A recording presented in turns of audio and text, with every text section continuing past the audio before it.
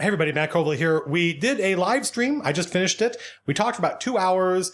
Not really much about D&D, so if you're a huge fan of running the game and you're just jonesing for more Dungeon Master content, there will be some in the future, don't worry. But it's not this. This is just, we hang out live and we babble at each other for a couple of hours, and it was a lot of fun. And we talked about the upcoming Kickstarter, which I'm having to push off, and you'll see why. And don't forget, I'll put a link to the doobly-doo if you want to get an email alert to that. And we talked about the comic that I've been working on that's finally out, and I encourage everybody to check it out. We talked about comics in general and Comixology and how all that stuff works, and I'm just a big advocate for digital comics in general. I think it's a great way to read comics. And I wanted to record this intro for you folks because I use a lot of mature, adult, grown-up language, like the way people over 13 talk in the real world. And I try to keep that stuff out of the Running the Game series. So if you've got little kids or you want your kids to watch this, maybe watch it first before you give them the okay. And in fact, I'm almost certain I must have said something.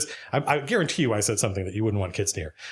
So again, it's long and it's rambling, but we had a lot of fun, and we'll do more of these in the future. Maybe Friday nights instead of Saturday nights, because I think that's when the stream will happen, when we start streaming D&D, which probably won't happen until next year, unfortunately.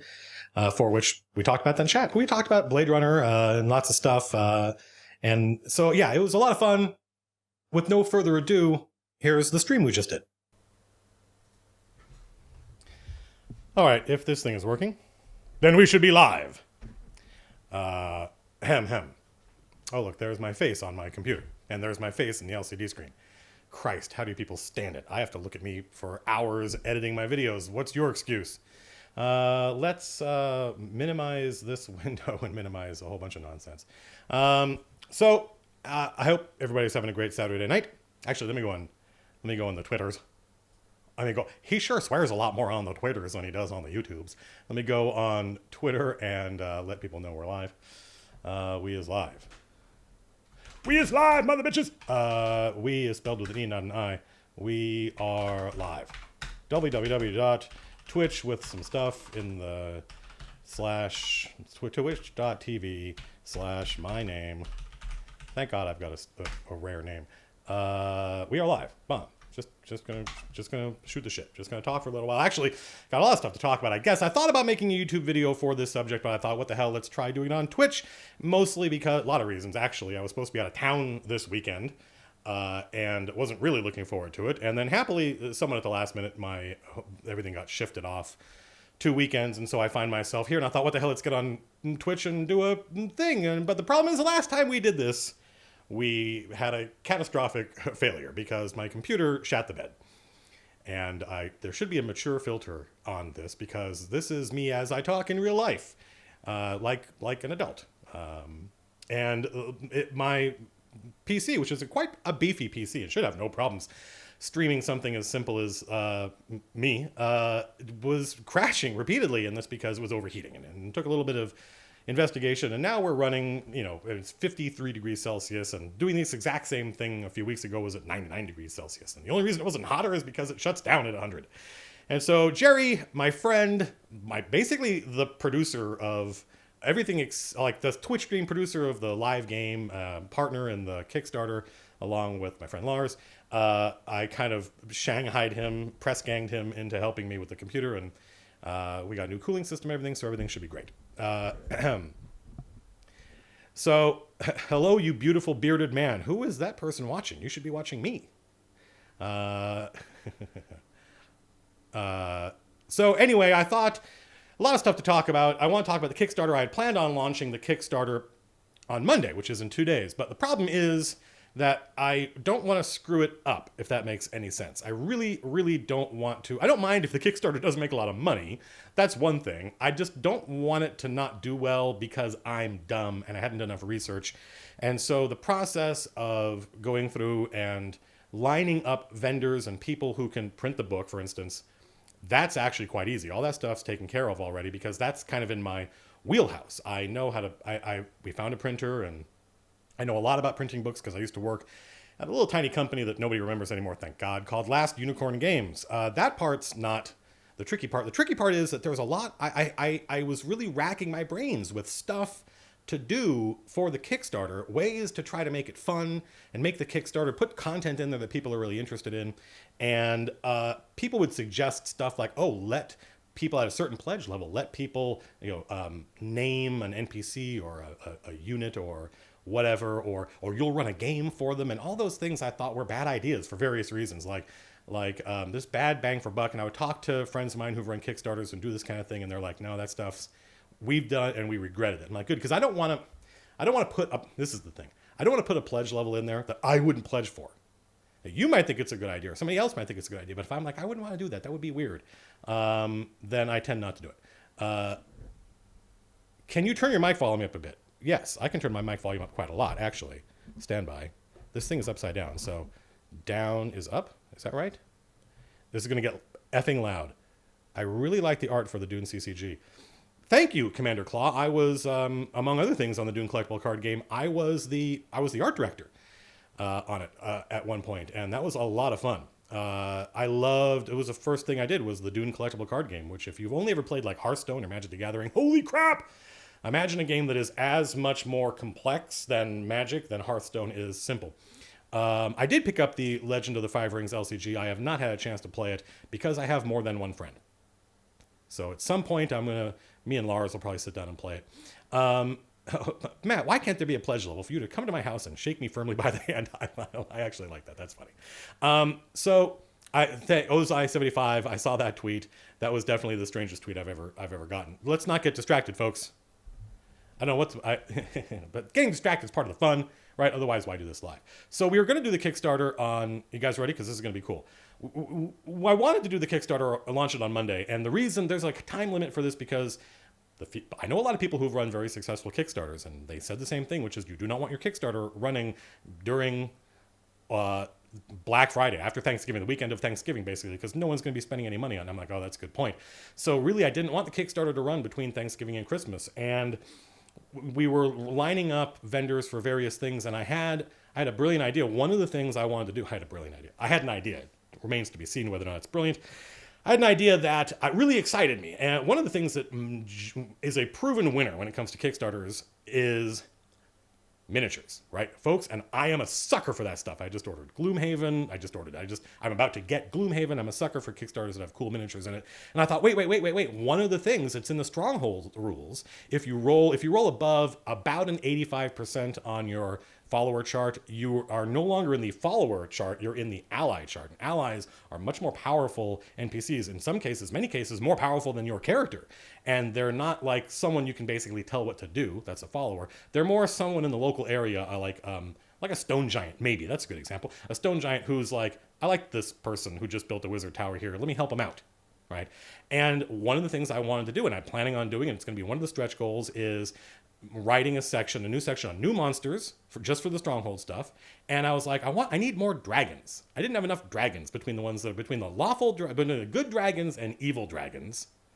I needed more. I needed another section. I was like, you know what I miss the old school gemstone dragons from Advanced Dungeons and Dragons that were in a Dragon magazine. And I thought, that's it. I know people. This was the mistake I made. I know really good concept artists, guys that work in video games, and I know 3D modelers. We can make minis. We can make minis for the dragons. That would be awesome. And I was like super excited by that. And again, when I say excited, I mean because that's the kind of thing I would pledge for. I'd be like, let me have them. And in fact, I'm going to show the concept art that is currently being worked on. So I've already spent, as a professional artist, good friend of mine, who I hired, and he is, so I've already spent not an insignificant amount of money on the Kickstarter just because I believe in it. And so mostly art for the Kickstarter that I believe in. So here is a preview. These are not done. These are not final. Nothing you see here, everything you see here is going to be changed and different. We're going to throw some stuff out. But I guarantee you, by the way, you can go find online rules for neutral dragons. These will be mine. These will be my interpretation of them. And they'll have the art that I commissioned, which is right now, let's remove me, because who wants to see, there we go, look at that. Look at those guys. So the one, like number 9, I think will probably not make it past the finish line. I'm going to answer that question for Formula 404 standby.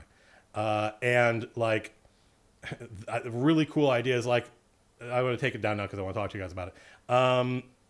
This is in a stage where I'm like, maybe their hands, because they're going to be, maybe they'd be able to do things with their hands like cast spells and stuff. I don't know. I don't know if that's going to make it through. But what if some of you guys don't have wings? They have tentacles, some of them, because there's going to be more than one species of it.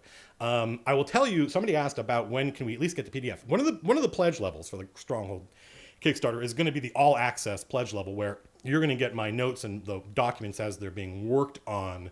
And that will give you access to the rules way, way before the book ships. Way before the PDF is done, you'll have access to it. It'll have to be a fair draft is what I call it. A draft where I'm like, this is pretty good. I'm pretty confident in it. And then you'll have access to that.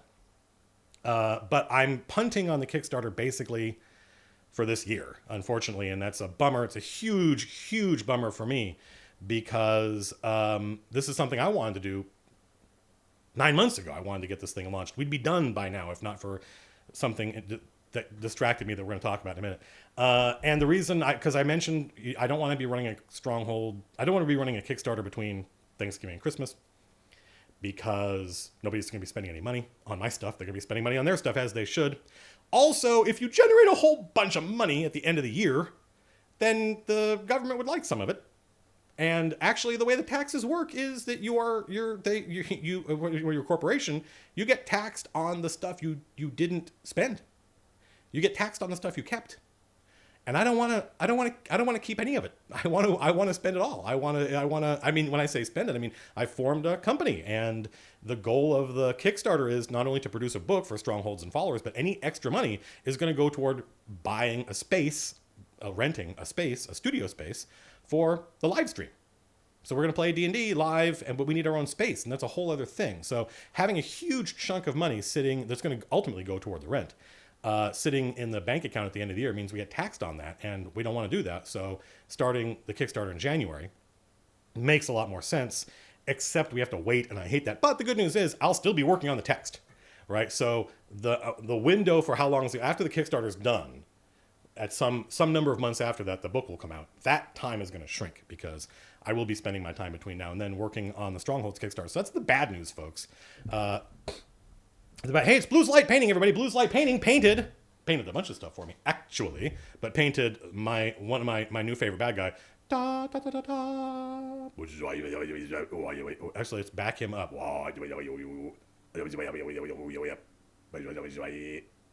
Look at this. Look at this guy. So everybody check out Blues Light Painting. Fantastic painter. So yeah, that's the issue with the Strongholds Kickstarter, is that I really, really, really wanted to launch it this year, but I wanted to launch it I wanted to launch it months ago, and that my entire 2017 got completely borked. And so now we're going to launch it in January, at which point so the miniatures is another thing. Not only did I not want to be in a certain time frame because people aren't going to be spending money on Kickstarters around Black Friday, and I don't want a whole bunch of money sitting in the bank that we get taxed on when I intend on spending all of that to make content for you people. Any money we get is going to go toward making content. We haven't figured out how to get this done. We don't like. So here's what we learned about making minis, ladies and gentlemen, and I think this will be interesting to some of you, and those to whom it is not interesting, I apologize. But this was 3D printed. This is a gift from Trograph, one of my earliest followers, and then painted by Blues Light Painting. And 3D printing things costs a lot of money, and I naively thought, yeah, well, let's just 3D print it. The problem is, if only 12 people pledge for the dragons, then that's fine. Yeah, 3D print them. But I think way more people than that are going to pledge. I don't know, but I think it's going to be hundreds of people. I hope, because I'm one of these people. I hope hundreds of people are going to pledge for the dragons. And at that point, 3D printing them is ridiculously expensive. It's so expensive that the people, the companies that we went to and said, hey, blah, blah, they went, you don't want to, what? How many you think you're going to do? No, don't do it that way. You need to find an injection molding company. And in fact, one of these Proto Labs is an injection molding company. Seriously, how do people send you gifts? I wish people wouldn't, because it's weird, to me at least. I'm not a huge fan of my own popularity. I'm a fan of the popularity of the work, and there's a subtle distinction there that I don't think a lot of people grok. But what the hell were we talking about? Oh, injection molding. So I went to a company, big, famous. Actually, if you look online, they're like one of the top. And they're like, bro, we don't. I showed them a miniature that is like what we're trying to do, and an actual physical mini that is basically that is a dragon. It's a black dragon mini that my friend Steve painted for me. And they're like, we don't do that kind of detail. You need to find somebody else that does this, that, and the other thing. So super annoying that we're at the 11th hour. I have what I think is a really good idea for how to make the Kickstarter super cool for people, in a way that I would find cool if I were a consumer pledging for it. But we're yet to find a vendor who can help us do the injection molding. And injection molding is expensive. Like, if we wanted to injection mold this, Matt, do you know how much the pledge for the Dragon Minis will be? I have no idea. I have none. But the goal is to make sure that there is a pledge level that is I just want the dragons, bro. I don't care about strongholds and followers. I just want that dragon. And I don't know if there's going to be one dragon. We're going to concept. There's going to be 5 different dragons in the book. And there'll be art for all of them. How many of these we make, that's crazy. Because a mold for this would cost... the mold might cost $20,000. That's a car, man. And it's not a bad one. But then you can make hundreds, 1,000, 1,500 miniatures out of that mold, and they're 25 cents or whatever, the actual plastic for it. And so people are like, holy crap, that's insane. That's insane. I'm like, but hang on. We'll just make a stretch goal be paying for the mold. And if we don't raise the money, then that's fine. It's a push, right? So the fact that that's a ridiculous amount of money, and there may be ways to do it cheaper, I don't know. The fact that that's a ridiculous amount of money is not that big a deal if we just make it a stretch goal for the Kickstarter, because then either people want it and we make that stretch goal, or they don't. In which case, it's purely I'm in some ways I'm still a good American, and I believe in capitalism in the appropriate time and place. And so the supply and demand, if people want it, then they'll pledge for it. And if they don't, then fine, we don't do it. But I actually don't know any injection molding people. So so if there's if you know somebody who can handle this, and I don't mean like I've heard of a company or I went and looked it up, but I mean actually know a company that does this, please let me know. And in fact, send me an email, Matt@MCDM Productions. You guys have all seen the logo, right? Hang on, stand by. I fucking love this logo. Yeah, look at this. Dun, dun, dun. Let me just drop that in here. Oh, there's already one here. So what happens if I just go? Actually, I can do this. Stand by. Nobody go nowhere.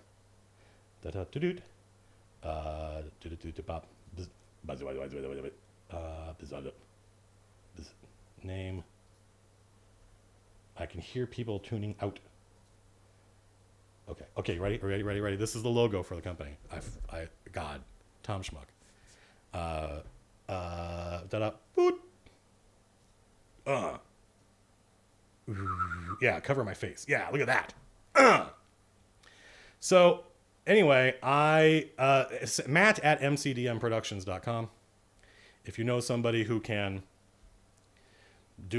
produce hundreds of minis about this big, it's going to be, these are not dudes, these are dragons, bro. So Zinger 2099 says, I know people who do injection molding. Well, fantastic. Email me, Matt@mcdmproductions.com. MCDM vinyl sticker in the Kickstarter. Yeah, I think so. That's something that's kind of a no-brainer. Super cheap to do. That'll probably be like the $5 pledge level is you get a sticker. Don't quote me on that, but I assume so. A shirt with the logo on it, 100%. Tricky, but I figured it out. Like, one of the things with Kickstarters is all the math I was doing for the Kickstarter just looked bad. But that's because I was assuming that your pledge level should include shipping. But there's just no way to make that work, because shipping is actually stupid expensive for a lot of stuff.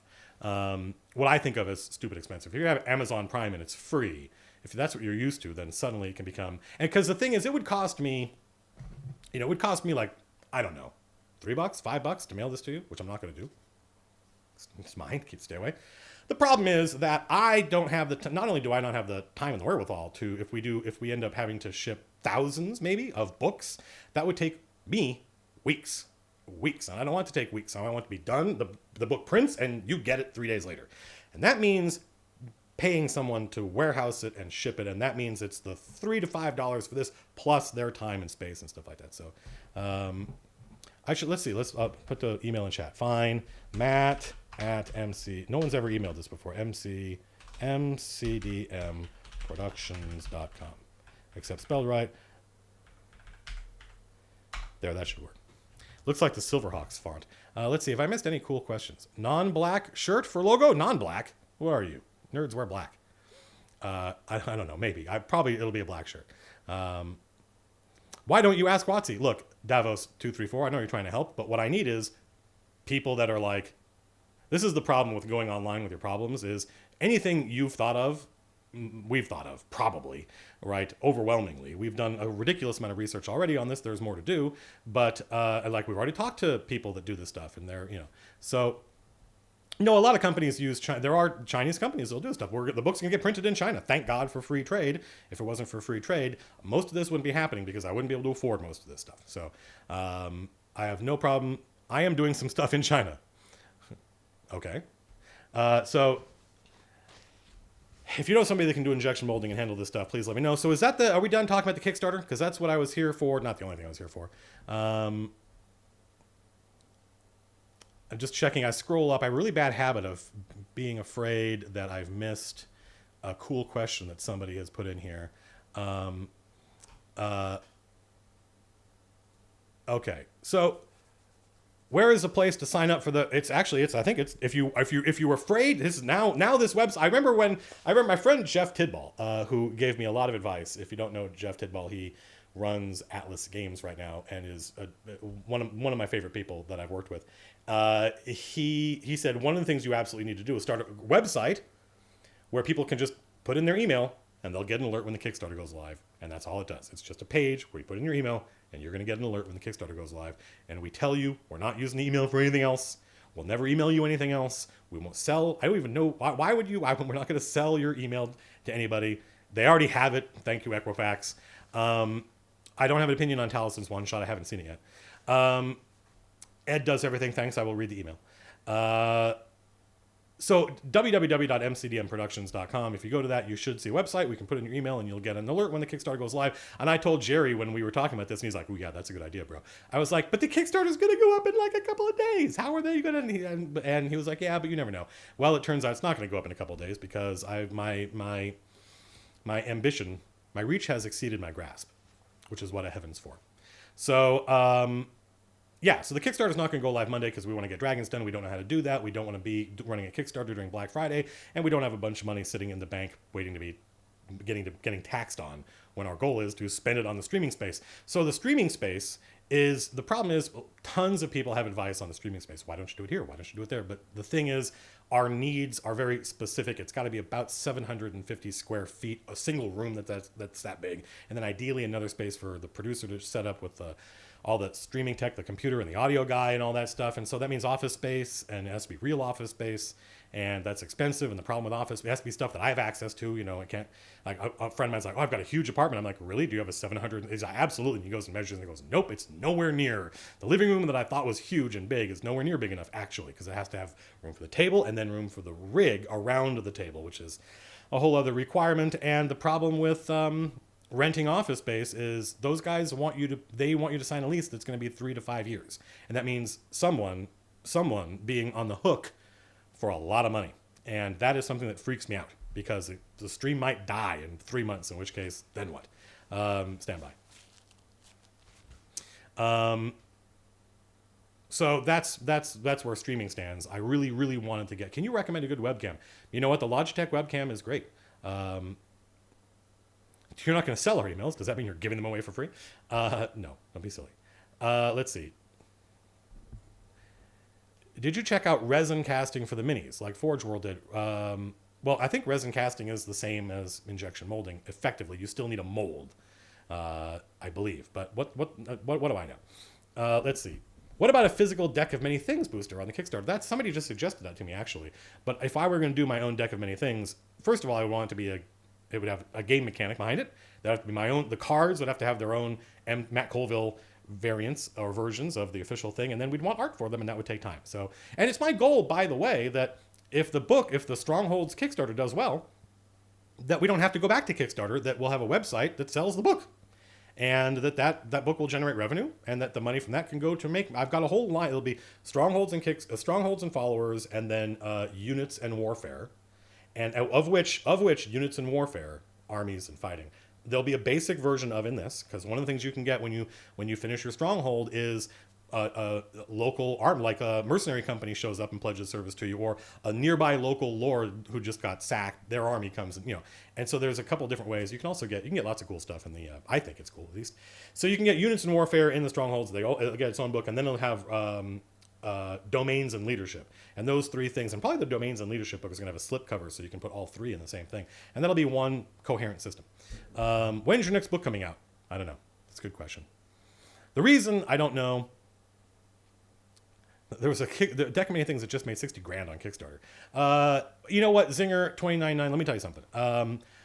All my life I've worked on projects and we felt like we had something special, and then something else came out that was a lot like it, and people start to get depressed. And I said, don't get depressed, man. Like I fundamentally believe that our version is going to be better. I have to believe that, and that betterness is going to what makes it distinctive. So if somebody else produces something that's like this, that's fine. I think our version is going to win out on its merits. And then your campaign setting. That's a good question, Reaper Heretic. I put a lot of work into my campaign setting, but my next, excuse me, I'm wearing my. I went to 7-Eleven, and the guy behind the counter looked at my shirt and he goes, "Do you work for them?" Because he wanted to charter a boat on Quint's shark fishing, and I went, "No, I don't work for a fictional shark fishing company from a movie." What the hell are we talking about?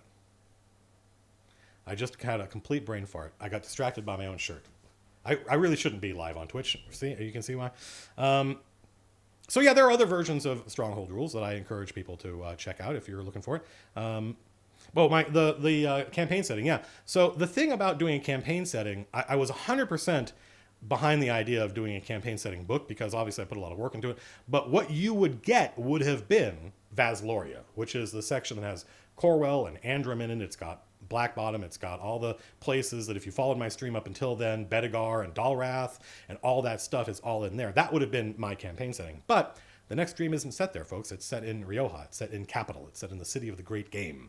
And so that's going to be its own huge thing. An entire camp, we're going to spend probably, if the stream is successful, and really if the campaign is successful, if we play, the stream could fail, but we would keep playing. Then that would be probably its own book. Did I already talk about Blade Runner 2049? No, don't let me forget Blade Runner. How far? We got plenty of time. So, Crane Clan sucks. You are banned, Ozai75. We are not friends. A poster of your world map. There is not Formula 404. This is not the first question of yours I've answered. There is not a map. There is not a map of my world. There's a float. There's like a flow chart showing different reasons. And every time I try to draw a map, I used to have on my wall right here where this bookcase is a huge map that I was filling in. And I was terrible at it, and it took a long time. And I'm not a cartographer.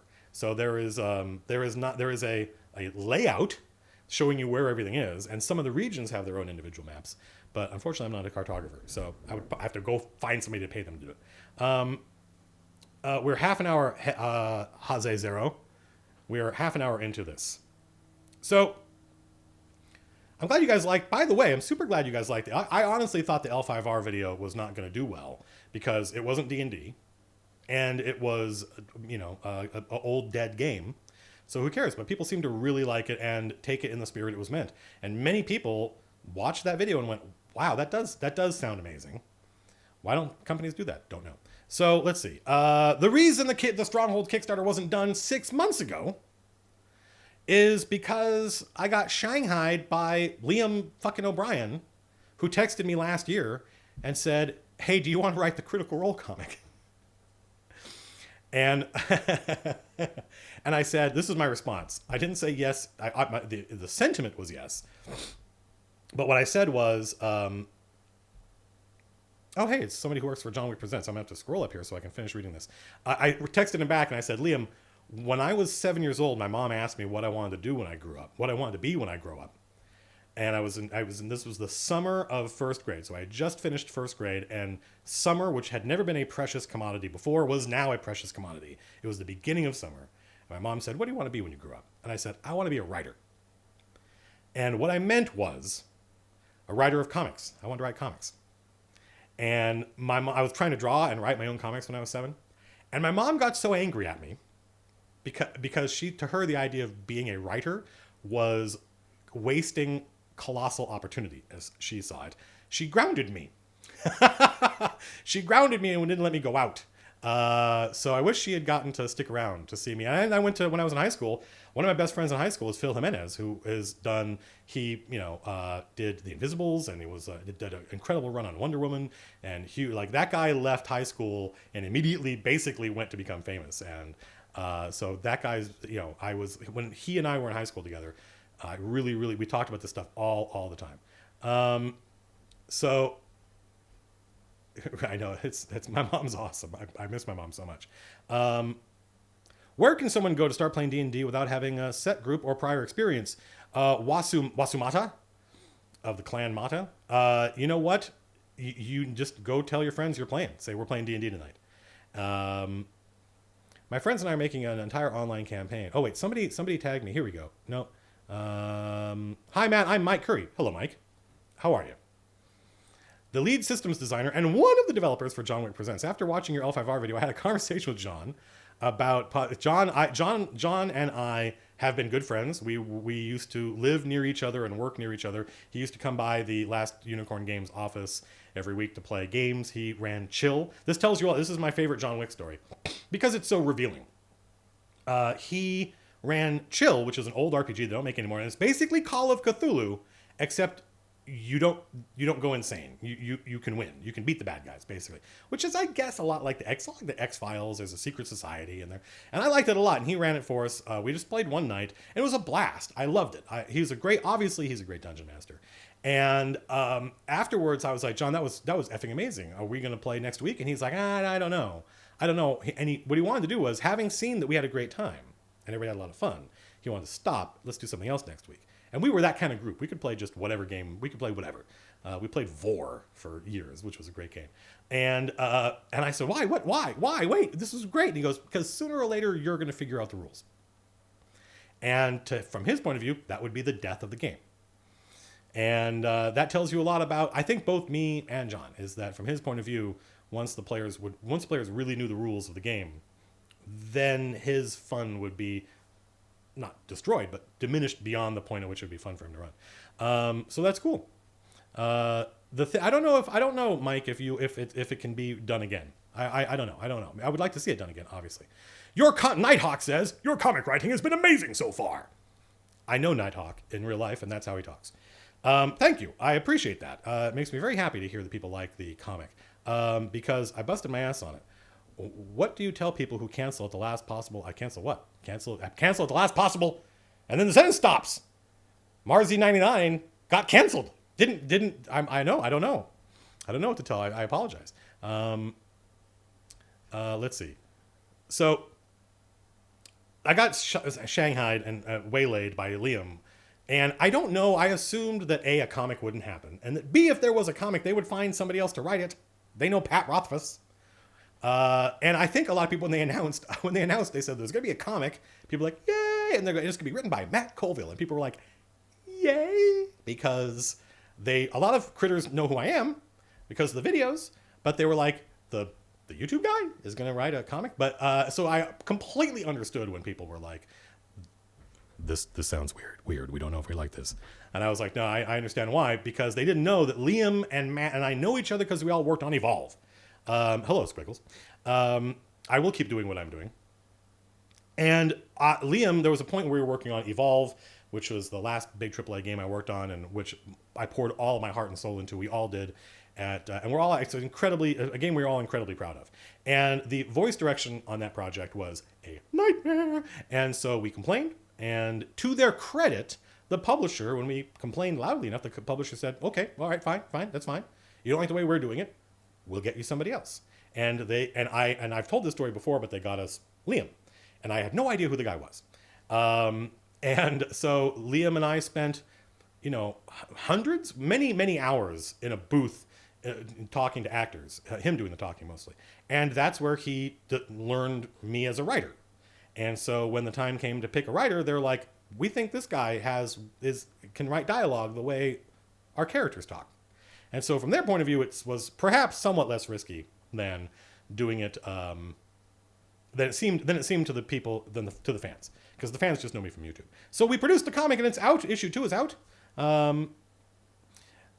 Asynth asks if I have any advice for somebody who's interested in writing a book. Write every day. Write every day. Hi, Matt. Much love. And to you. Sorry to be unrelated to everything, but I want to thank you for your 4E monster conversion 5E. Oh, great. Yeah, no, I love the 4E. 4E is going to get a lot of play. Did your most recent West Marches game get going? No, I have not. I'm probably never going to, well, never. That's, who knows? Do you have ADD?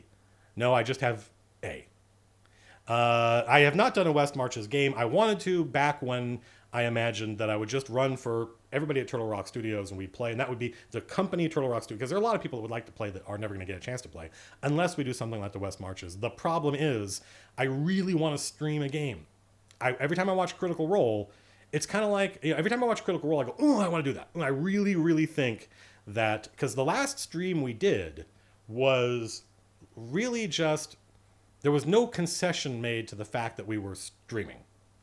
And I was trying to by the time we started streaming, I was already trying to wrap the game up and I was getting kind of impatient with it. But actually trying to build a game where we're still playing D&D the way we always do, but it's more structured for the streaming environment is a challenge that I love. And the only reason this channel exists is because I get interested in the next challenge. And so streaming, trying to design adventures so that they're in bite-sized chunks, which gets down to the way the game is designed and the way it's played. It's a big thing where the game, in the Dungeon Master's Guide, they say you're supposed to get through 6 to 7 encounters per adventuring day between long rests, not per session, per adventuring day.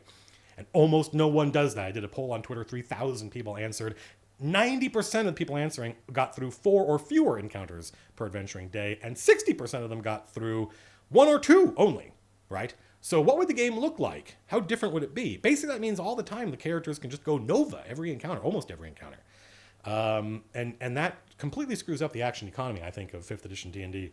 And how spells work and how class abilities work. You're going to use these things a lot more often than they intended you to. And so what I would like to do is kind of design a game around the idea of the actual adventuring day that people are like 1 or 2 encounters. And I think that is not only how people play everywhere now, it's also well suited for Twitch. So that stuff makes me excited, and I don't want to do a West Marches game on Twitch because I have no idea how that would work. Let's start small and just do a regular everyday game on Twitch. So there we go. So comic, I'm huge into comics. The Critical Role comic has now come out, and it's the thing I've been working on all year, and I'm not done. I've got 2 more issues I gotta crank out. Although I think it'll get a lot easier because I didn't know what I was doing. And we didn't have an artist yet. We hadn't found Olivia yet. Actually, what happened was Legendary Entertainment put a lot of artists in front of us that they work with, all fine artists. None of them knew the show or knew the characters, and as a result, weren't producing the kind of stuff that got us really excited. And so finally, Matt Mercer and I talked kind of offline and said, we should just ask them if we can use our own artist. And they were like, sure, yeah, if you guys were like, great. And so we said, what about Olivia? And Olivia was down. And so Olivia lives in Denmark, I believe. And so I had to be writing the comic while we were doing that. So we didn't even know the artist. And what I really wanted was to find an artist that I could work with collaboratively, and that I would go to this artist and say, hey, what's the best script a writer ever gave you when it comes to then going and drawing it? What's the best format? Because unlike screenplay format, there is no standard. There's no standard comic format. Elite Tornado asks, if I were to put my life in a character sheet, what would my highest stat be? Hair. I have hero hair and hero voice, and the rest of me is comedic sidekick. And so I had to be writing the comic, and so I'm writing the comic not knowing who the artist is going to be. No idea what I'm doing. And I have to say page 1, I had to write it and I had to art direct it. And it was a colossal pain in the butt. I hated it. I suck at it. I had to say panel 1, here's what's in panel 1. Here is the location. Here's the time of day. Here's what's in the background. Here's what's in the middle ground. Here's who's in the foreground and what directions they're facing and what expression is on their face. And then write some dialogue. And then do all that again for the next panel. And then do that again 5 times per page. 20 some odd pages, and I just wanted, it was not fun. And I think the comic suffered, frankly. I think that the layouts that I was writing down weren't the best. They were okay, but I was trying to like learn an entirely new discipline, one that I'm not an artist. And so happily, there was a point where the guys at Geek and Sundry were like, "Hey man, how's it going?" And I was like, "Let me tell you how it's going." And they're like, "Oh crap, well let's get you a layout artist." And so now we kind of have an in-betweener, basically. We have somebody between. So now I can just write the script I want to write, and say, here's what happens. And there's already, descriptions and stuff like that. It's just not so incredibly meticulous. And this layout artist understands the flow of comics a lot better. And so that's going to make the last couple of issues, God, so much fun. So I am huge into comics. And I just want to sell you folks on comics in general and Comixology specifically. What are some of my favorite starting adventures? I think we've talked about that, obviously. Hamlet is great. The Moat House is great. I actually really like Hamlet and the Moat House from Return to the Temple of Elemental Evil. So check that out, because I think that Moat House is super cool and more fun than the original Moat House.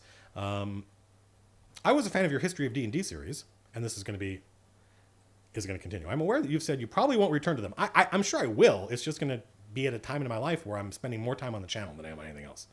In lieu of, is there anyone who delves into the history of the game with the experience and thoroughness? I don't know, maybe, but check out, I think, is it Tim Kask?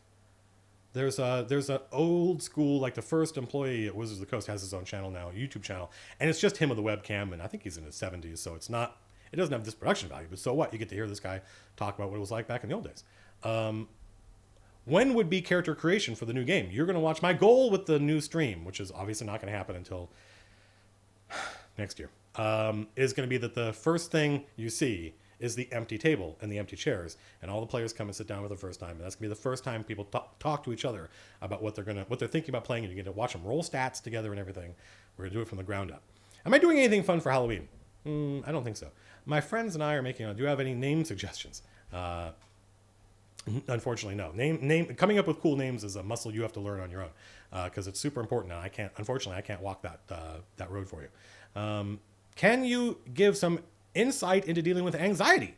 I was diagnosed with acute and chronic anxiety disorder when I was 33. I don't know what year did The Incredibles come out, because I thought I was having a heart attack in the middle of that movie. And my friend Mark, who has a biology degree, is like, pretty sure you're not having a heart attack, man. And it turns out it runs in the family. Thanks, Mom. I come back from the hospital. I'm like, oh yeah, I was diagnosed with acute and chronic anxiety. And she's like, oh yeah, everybody has that here. We're all we're all mad down here. And I was like, why? Like, her parents both had it. She has it. I'm like, why didn't you ever tell me? And I just went to the doctor, and he said, first of all, there's all sorts of things that make it worse that you can that'll help you deal with it. Working out helps, exercising helps. That's huge. That's probably the biggest thing you can do, I think, in my version of it. I think it comes in different flavors. As long as I'm working out, then things are okay. And so like I was, and then they want to put you on drugs, and I'm a big believer in the right drug in the right time. I'm a 21st century person, a 20th century person. I believe in science. And the best thing my doctor ever told me was, he goes, there's a million different kinds of anti-anxiety drugs, selective serotonin reuptake inhibitors. He goes, if you're taking one, and the purpose of the medication is you feel normal. So if you're taking something and you don't feel normal, it's the wrong drug. And so we went through a bunch of different stuff, and I don't remember what I settled on. It was like, it might have been Prozac, it might have been Celexa, I don't remember. But I only took it for a couple of months while I kind of got my life in order. And then I stopped taking it. And that was years and years ago, and I haven't really had a panic attack since. Not that I can think of, not off the top of my head. I'll still take Xanax. I'll take like one Xanax a week. So I get a prescription like twice a year. And the Xanax once a week just kind of helps reset everything. So that's, what's Comixology, somebody asked. That was the anxiety chunk, folks. Do you have advice for someone who wants to start playing D&D but doesn't have any friends interested in playing? Well, I didn't say go find friends who are interested in playing. I said go to your friends and tell them we're playing. Do not wait for permission, because you're not going to get it. That's what I just tell people. Like Lars, my friend Lars, who you've now met. If you watch the stream, Lars, probably my best friend right now. And I just said, you're playing games with this man. And he was never played any tabletop games ever. And now he's huge into them. Am I going to bring in new players? It's going to be the same group you've seen, but one new player who's completely new to the game. And that's super exciting to me. Do I ever watch Chris Perkins and the Waffle Crew? No, I just don't have time to watch that stuff, unfortunately, because I'm making content. So what the hell? Somebody just asked something that was super good. I know you're not directly involved with Xanathar, but have you perhaps heard whether they'll sell it as on? I have no. They're probably not going to do a PDF. They don't. They want to do books. I have not seen Talisman's one shot, although apparently I was in it. The 5e roundtable discussion was super good. Was there any? I was on. I did a live roundtable discussion with Matt Mercer, Mike Merles, and Adam Coble. The four of us just talking about the design of 5th edition. And there was a lot of stuff I would have liked to talk about. Mostly, I wanted to talk to Mike about the difference between the way the game was designed and the way it's played, but we didn't get a chance.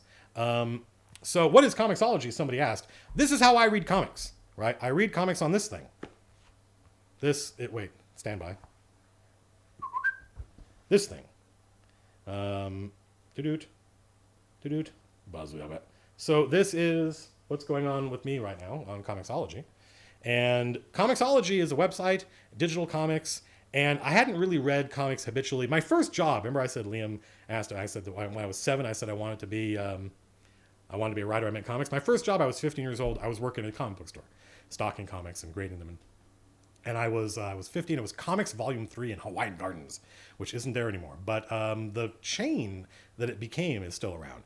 Any chance you would do a guest DM for Critical Role one shot, man, they have that would terrify me. That would terrify me. I'm not sure I would say no, but it's not obvious I would say yes. I would have to think long and hard about that. What makes you say 1Q84 is better than Dune? It's a lot more human, which is tough. It's way harder to write something like 1Q84 than it is to write something like Dune. So I'm a huge fan of Comixology. I read comics my whole life, but somewhere around college, sometime in the 90s, I sort of checked out of comics because I don't think the 90s were a good time for comics, just in general. And then I started getting back into them in the new millennium, and now I read them all the time, and Comixology is the way to go. I'm a huge fan of Comixology.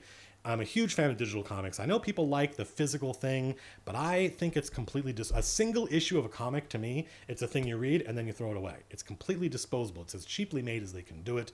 And that monthly model seems ridiculous to me. So I tend to buy trades, but not always. Like I'll buy single issues online, Comixology.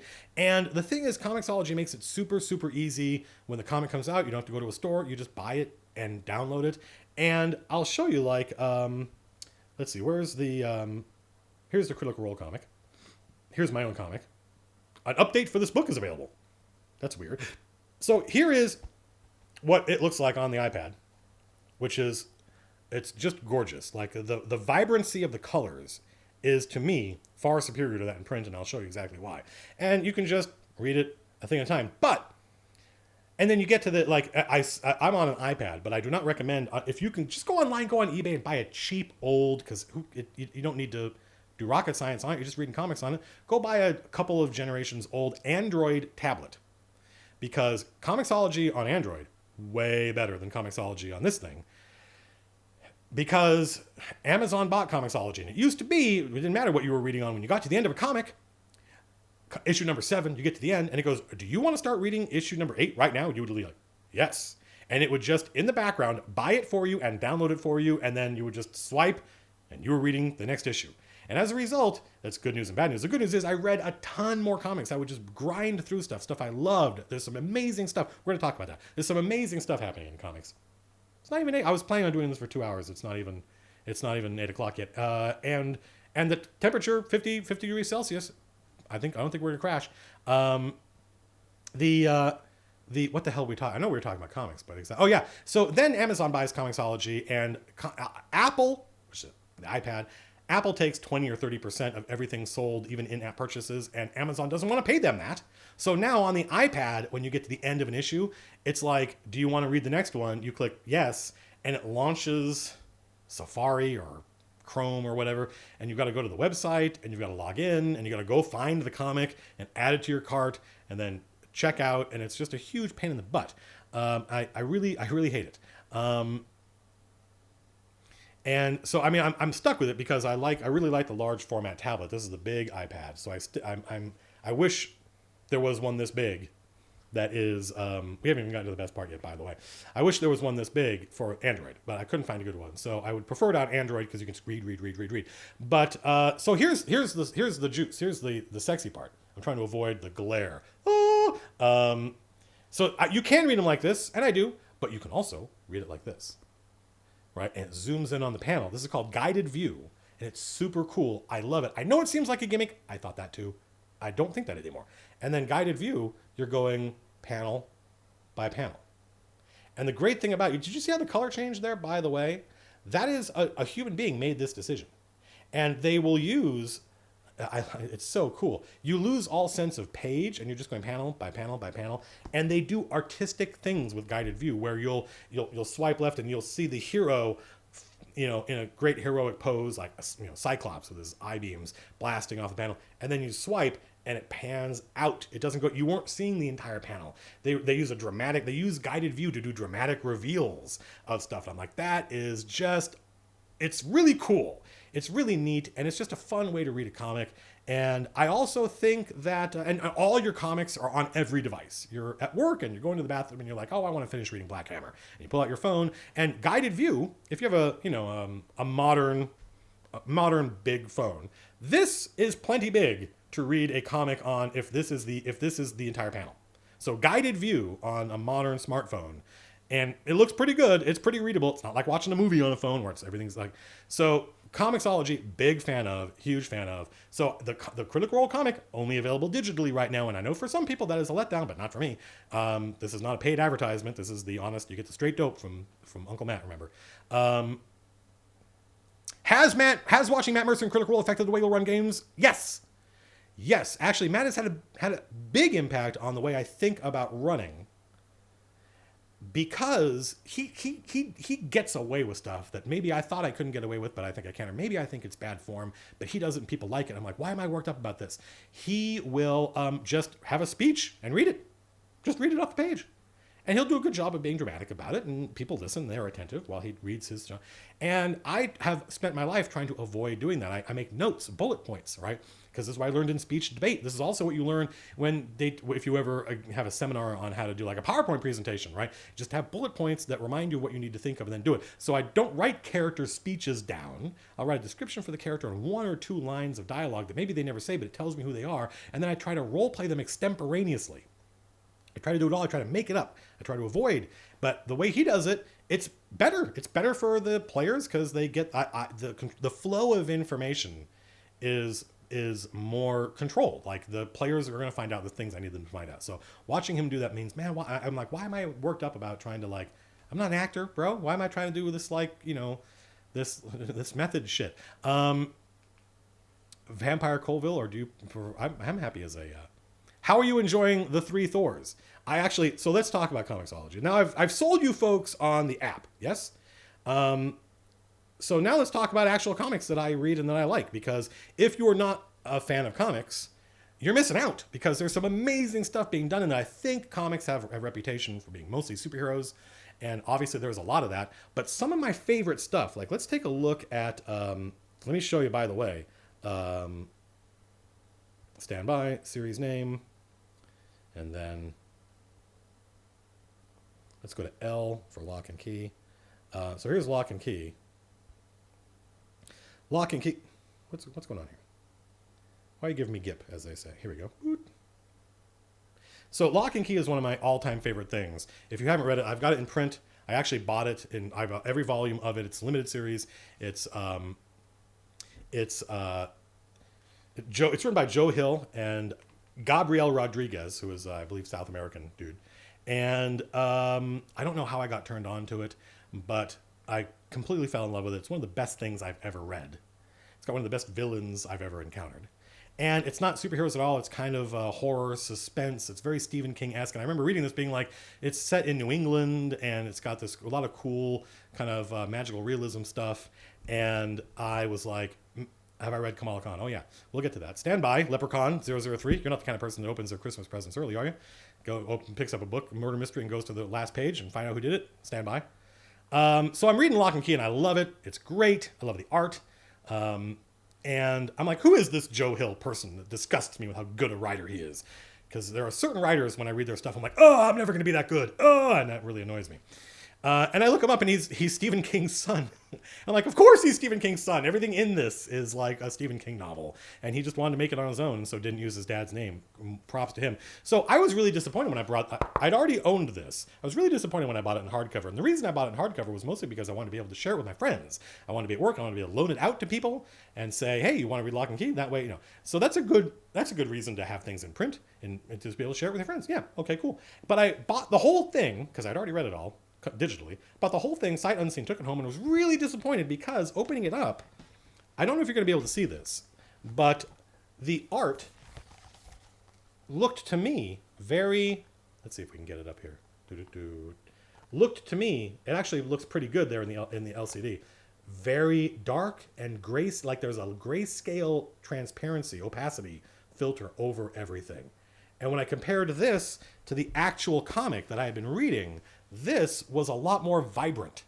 Obviously, because it's an active matrix screen, it's blasting light into my eyes, but also just the color balance and the color grading of the exact same scene. You can't tell it, you can't see it from there, but the Comixology version looked better. So I thought that was, I was hugely, move out of the way of the chat overlay. Which way is the chat? The chat overlay is over here. So let's try this again. I just lost my page. It was page 50. So 48, 49, 50. So chat overlay. So look at this page. Right? And then look at this. You can't see. But to my eye, this looks way better. If you were here with me, I'd be able to show it to you.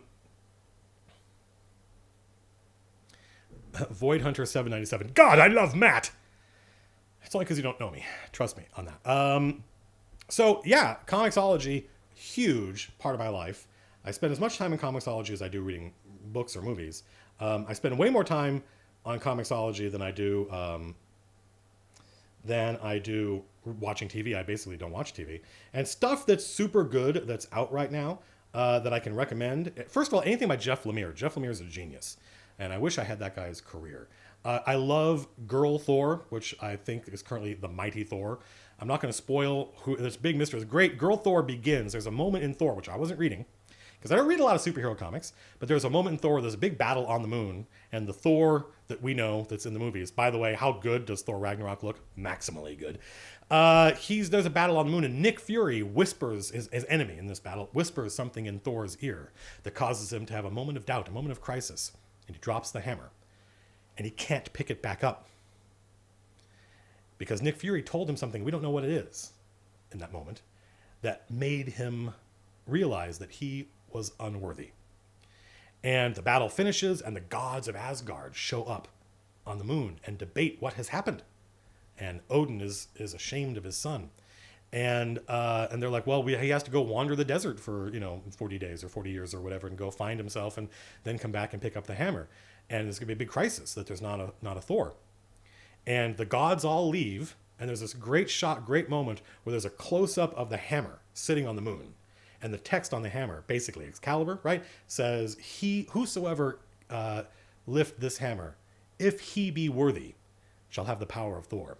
And Freya, Odin's wife, breathes on the hammer, and the text changes, and it says, whosoever picks up this hammer, if she be worthy. And there's this hand, this woman's hand reaches down. Where'd she come from? We don't know.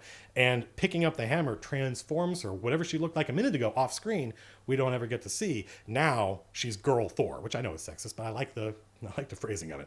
Lady Thor.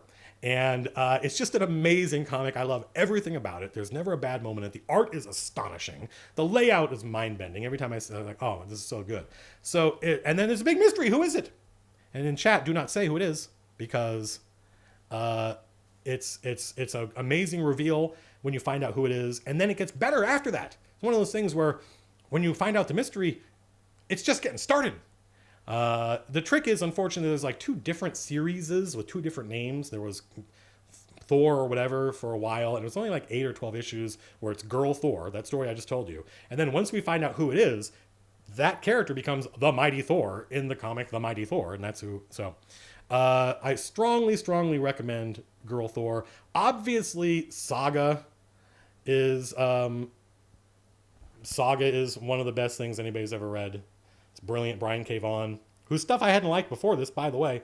But Saga is basically, it's like Star Wars in the sense that it's a big space opera, lots of aliens, very soap opera-esque, not hard sci-fi. Saga is a long, ongoing, it's like 40, 50 issues now.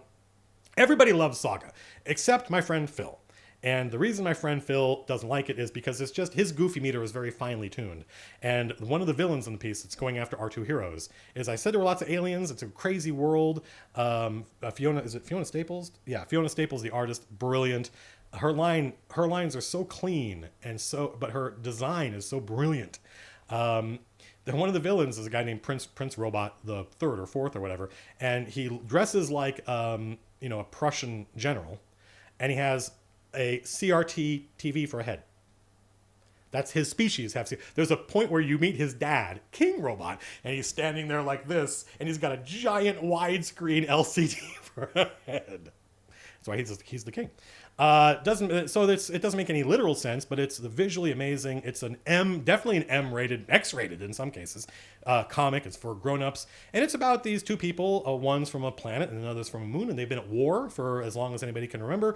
And the people from the planet have horns, and the people from the moon have wings, or the other way around. And these two soldiers in this war fall in love and have a kid, and that's not supposed to be possible. And so, both sides are motivated because both sides benefit from this war. No one wants people to know that these two species can procreate.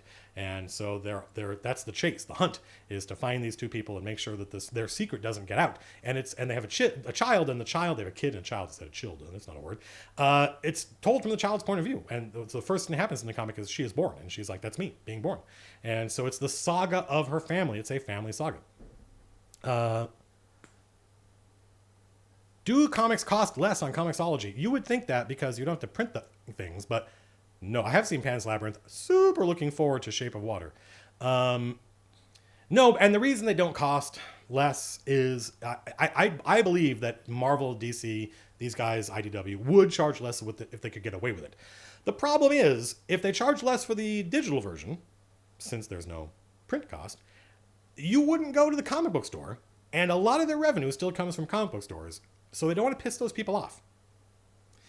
It's the same reason I think Wizards of the Coast doesn't go with PDFs, is because they don't want to piss off the retailers. And the retailers, if they're angry, will just stop ordering the books or order a few of them, and then they're out all that money. So they have to keep price equity in order to continue to drive retail sales and not piss off this whole channel. I think someday it'll all be digital. So check out Saga, check out Thor, Girl Thor. If you like superhero comics, go check out Hawkeye. The Clint Barton Hawkeye, who's the writer on that? I'm trying to. It's super good. In fact, there's a issue of it's Hawkeye comic is just Hawkeye when he's not being an Avenger, and it's like he's like the Equalizer, if you remember that show from the 80s, which you shouldn't. Because that means you're old and you should be going and raising a family or whatever. But he's just helping people in his apartment complex and on his block, and it's brilliantly drawn and it's brilliantly written. It's so much fun. It's one of the best things ever. And there's a whole issue told from his dog's point of view. Pizza Dog. It's a crime mystery told from his dog's point of view. And that issue they developed, I don't know if it was just the artist or the writer of the artist. I think the artist typically does more than people think. They developed an entire visual language, all of iconography, just to express how a dog thinks. And it's brilliant. As you read it and you start to learn this language, you're like, you gotta go back and now I know what this means. You gotta go back and anyway, I wish WotC had included a code in each book that they sold that would let you download a PDF copy. Yeah, that's a great idea, because then you'd be able to go get the thing for free, because you'd go to the bookstore and you'd open it up and you go, oh, here's the code. And then the code would be useless, right? Or they could shrink wrap the books, but then people wouldn't be able to open them and look it up.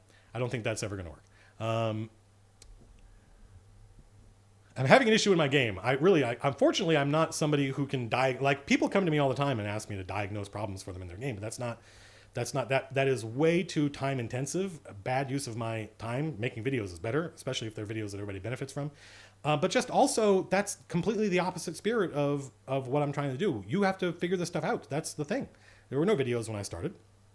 I didn't have somebody I could go just ask these questions to. And you working this stuff out is going to be 100 times better than whatever nonsense. I've noticed a lot that my nonsense turns into canon, and I don't think it should. I think everything I say should be just taken as this one guy's variant. So I got to be careful when I give advice, because it turns into a thing when I don't think it should be. It should be one card in the deck, but suddenly that's the only card they want to use. Do you do voice directing? Do I do voice directing? I have done voice directing, and I can get good at it over time, but it takes a lot of time, and I don't like. There was a point on Mercenaries where I had been doing it for a long time, and I'd been working with a professional voice director, and then kind of doing it on my own as I got to know the actors better. And our engineer, who now is at Blizzard, and this guy's been doing it forever, and he's a genius, turned to me at one point and he goes, "You're getting really good at this." And I was like, "Am I?" And that made me really happy, but it took weeks and weeks and weeks. And then I haven't done it in years, and so that muscle kind of goes away. Stand by. My camera is telling me I need to focus. So voice directing, you should never have the writer talking to the actors. You should always have the writer in the booth. And if you think dialogue and writing in video games is bad, this is one of the reasons. It's usually a producer, and it's usually a producer from the publisher, who's very far removed from the creative process. But writers think that in order for the actor, or sometimes the audience, a much worse crime, to understand this line of dialogue, that I have to explain everything. You have to understand everything I know in order to do this. You have to understand my brilliance in order to, and it's like, no, there's not. So I tell all this stuff to the director, Liam. I tell all this stuff to the director, and then the director goes, okay. And then just will punch in, and now the actor can hear us, and he'll just say one thing. Just say one thing. He'll say something like, yeah, but you don't know it's a joke. And the actor goes, oh, I get it. Just, And otherwise, I sit there explaining this stuff, and they go, yeah, but how do I say, get down now? Like my mom and dad broke up when I was a kid. Right? So I do not do voice direction. I can do it. It takes a long time to get competent at it. So what else? Black Hammer I'm reading right now. Black Hammer is amazing. I recommend everybody check it out. It's Jeff Lemire's version of the Justice League of America, and except it's all different characters. It's recognizably the Justice League, but his version of them, and it's what happens after they fight a Galactus / Darkseid character. And there's a huge epic battle that all happens off screen. It all happens before the comic starts, and somehow, for some reason, during this battle, they all wake up, and they're in a small Midwestern town in America in the middle of nowhere. And they don't know how they got there, and they can't leave. And no one knows who they are. And they're not even sure. They're like, are we in a small town in America? Are we even really on Earth? What's going on? And that's the premise. That's the setup. And it's super, super good. So I've already recommended Lock and Key. I recommended Saga. I recommended Hawkeye. I recommend anything by Jeff Lemire is super good. This is the stuff I'm reading these days. I'm trying to see what else. And of course, there's a whole history of comics out there. I really, really liked, this tells you a lot about me. I really liked Joss Whedon's run on X-Men. If you can go find it. I think it's Astonishing X-Men. And it's like 30 issues. The guy stuck with it for a couple of years. And it's amazing. I've never liked anything Joss Whedon has ever done. Sort of including his, he didn't, I felt like he didn't screw up the movies that he did. But his run on the X-Men was just amazing. I loved it. And it tells you a lot about me because I grew up in a time of, there was no such thing as spoilers. When I grew up, a spoiler was, no, I am your father, right? That's a spoiler. It changes everything that has happened in 2 movies, 1.5 movies up until that moment. But there's a battle on the planet Hoth. That's not a spoiler. That's just a thing that happens. And when I was a teenager, and I'd be like in computer science class with all these other nerds, and I'd be like, what is that book you're reading? What is that book you're reading? And my friend would be like, oh, this is Elric. And I'm like, what is that? And they would then proceed, your friends, in order to hook you on the book and get you to read it, would tell you the coolest thing they could think of from the book. Like the coolest moment that they were excited to talk about. And you would go, that sounds amazing. And then you would want to read it. Right? It's a very straightforward process and very effective. But in this day and age, all that stuff is spoilers. Oh, spoilers, don't ruin it for me. Oh, spoilers, oh, my delicate sensibilities. And when I talked about this at work, my friend Jordy went, and he internalized that. And then a couple days later, he goes, so there's this moment in X-Men. And I was like, oh, okay, right? And this is how he sold me on Astonishing X-Men. He listened to what I told him and then did it to me. He's like, there's a point, Cyclops the entire time, he's lost his powers. He's still like the titular leader of the X-Men, but he doesn't have any powers anymore. And he's happy that way because it means he can take off his visor and live life as a normal person. But he gets captured by a villain. And the villain is like, he's bound and she's torturing him, and she discovers that some piece of information he gave her to satisfy the torture was wrong, and that Cyclops has been lying to her. And she says, "What else have you lied to me about?" And he looks back at her, and he has a smile on his face for the first time. And the next panel shows the building that they're in, with one side of it being blown out by Cyclops's optic blasts. He's had his powers the whole time, but now he can control them. And I was like, that is fucking cool. I am in. And I read the whole series and I loved it. So Joss Whedon's run on X-Men, I'm a super big fan of. So I think it's 8/12. We talked about the Kickstarter. We talked about the Vox Machina comic. We talked about, is there anything else about the comic I wanted to go into? 6 issues. It's all digital. It'll be collected in print. It's just a blast to write. I love writing these characters. Yeah, he did make Cyclops. His Cyclops is my Cyclops. He's my favorite X-Man because he's the kind of Boy Scout leader guy. I love him. Blade Runner 2049. well, I love you guys. I love you folks. I know I say folks. I try to say folks instead of guys, and I know it sounds like I'm doing that because I want to be non-gender biased, and there is some of that, but really it's a tribute to Mr. Freeman, my computer science teacher, who would always say, "Okay, folkses, Blade Runner 2049, I didn't like, but I have to be careful when I say that, because if I say I didn't like it, that sounds like I had a negative reaction to it. It sounds like I thought it was bad. I didn't. I didn't think anything. I wasn't any different after I came out of that movie than I was before I went into it. I could have not seen it, and it wouldn't have done anything to me. It was a 0. It just washed over me. I saw it in IMAX. I have no idea how they did this, but they changed the aspect ratio of the film so that it's in actual legit IMAX. It was not filmed in IMAX. No movie ever has been filmed in IMAX. No feature-length film has ever been filmed in IMAX. Bits of them have. Dunkirk, I saw in IMAX. Big chunks of Dunkirk were done in IMAX, but not all of it. There is, I think the new Infinity Gauntlet movies, or the new Avengers movies are coming out, are shot in IMAX, but it's digital, it's not film. And that's, to me, it's kind of cheating, because in digital you can make the sensor whatever size you want. So that'll be cool. So I saw it in IMAX, and there were 3 moments in Blade Runner 2049 where I went, oh, this is interesting. But unfortunately, it wasn't the whole movie. I will answer that question, the Gus Bag, if I can remember. And I'll answer that question. There's a moment in Blade Runner 2049. Oh, spoilers. Super spoilers. If you haven't seen Blade Runner 2049, here's what I'll do. If you want to stay tuned, if you want to stay tuned to the thing, I remember Siskel and Ebert did this in an episode. What I'm going to do is I'm going to wave my hands like this, and that means you can start watching again. So until that moment, la la la la la la. Okay, ready? All right, okay. So Blade Runner 2049, the main character played by Ryan Gosling, his name is Kay. He's a Blade Runner. He hunts down Blade Runners. He is a replicant. All Blade Runners are replicants in 2049. There's a moment where he's in his apartment, which is a very small, Spartan apartment, very different than Deckard's apartment. And he knows he's a replicant. He knows he's a robot. It's not a controversial thing. It's not a mystery. And he has an AI, very like her. Obviously, they loved her. They stole the whole scene from it. But this AI is a hologram.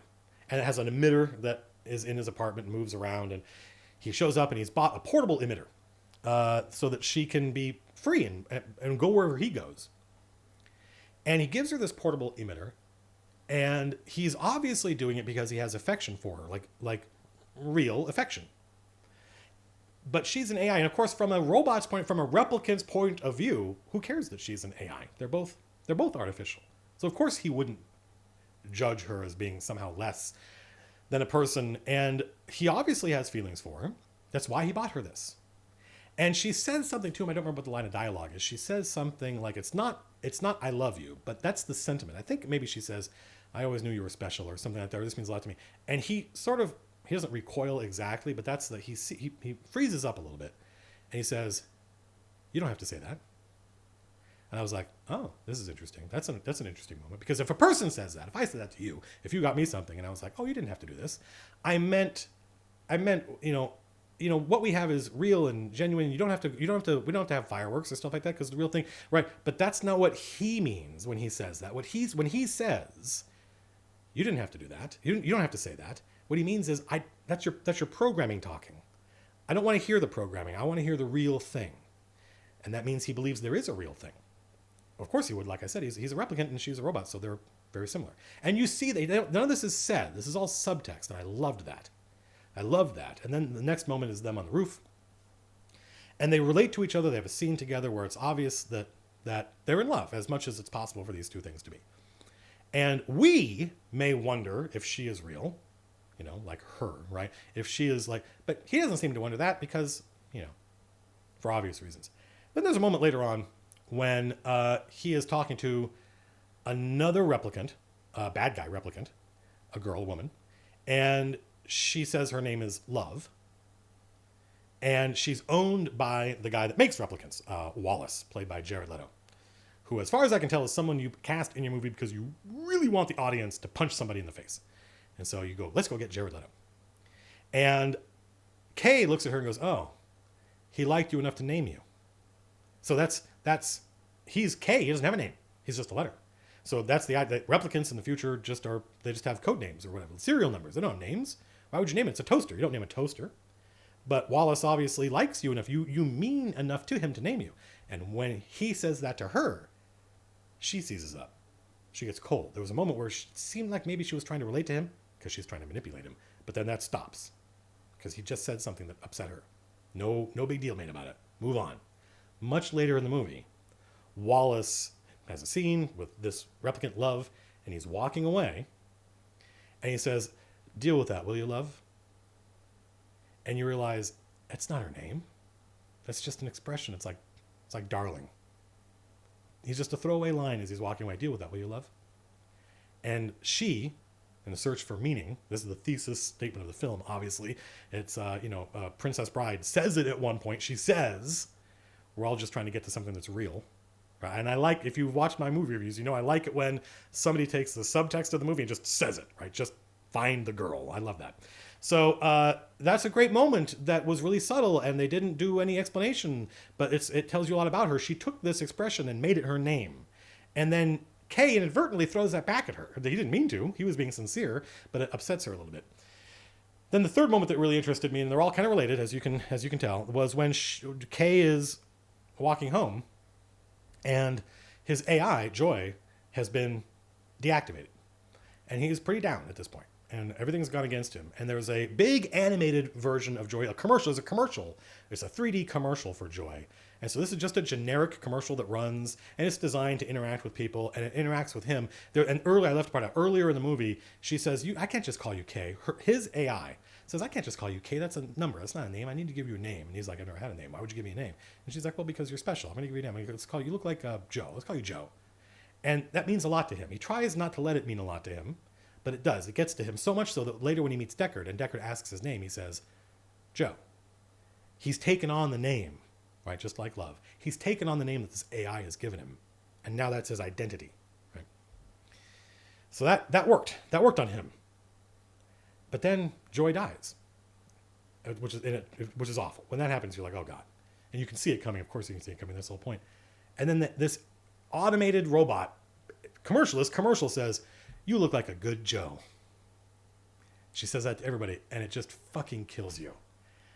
And I think it kills Ryan Gosling's character, but he does a really good job. One of the things I like about Ryan Gosling as an actor is that it's all under the surface, right? He's a very Gary Cooper-esque kind of actor. People give him shit about it, but I think they're wrong. Now he's never going to know if that was real or not. That was what the commercial calls people. The commercial calls random people Joe. And so that thing that he thought was real. Anyway.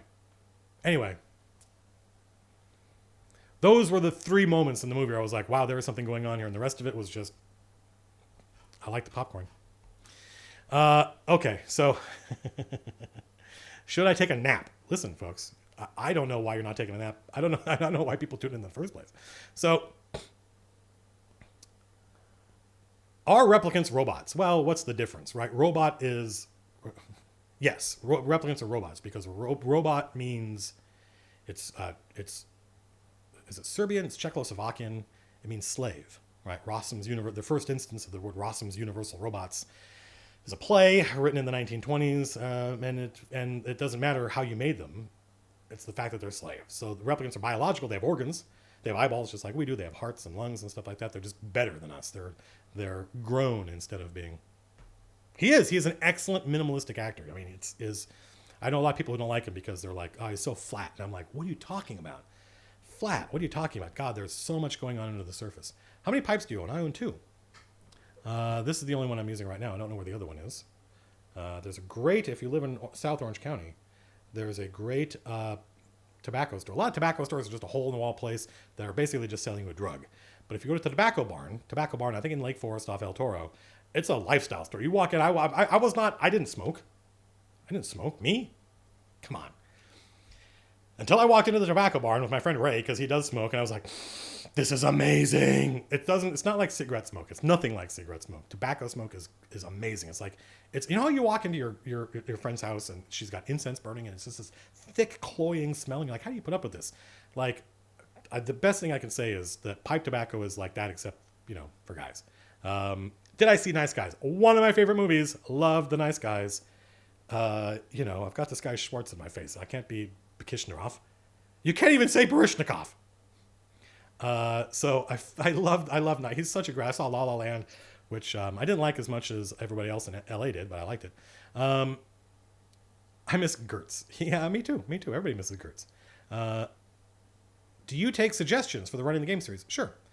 An episode on endings. Unfortunately, CITAN 109, Chitin 109. Most of almost 99.9% of all the suggestions I get are for things that I don't know anything about endings. I've only ended like maybe 1 or 2 campaigns. Most of them just stop. So I don't really know anything about how to do that. I thought this was about D&D. Open World Addict says, I thought this was about D&D. I want more D&D. Well, unfortunately, there isn't a subject that is whatever Matt wants to talk about. I apologize. I recognize that it says D&D and we're not playing D&D.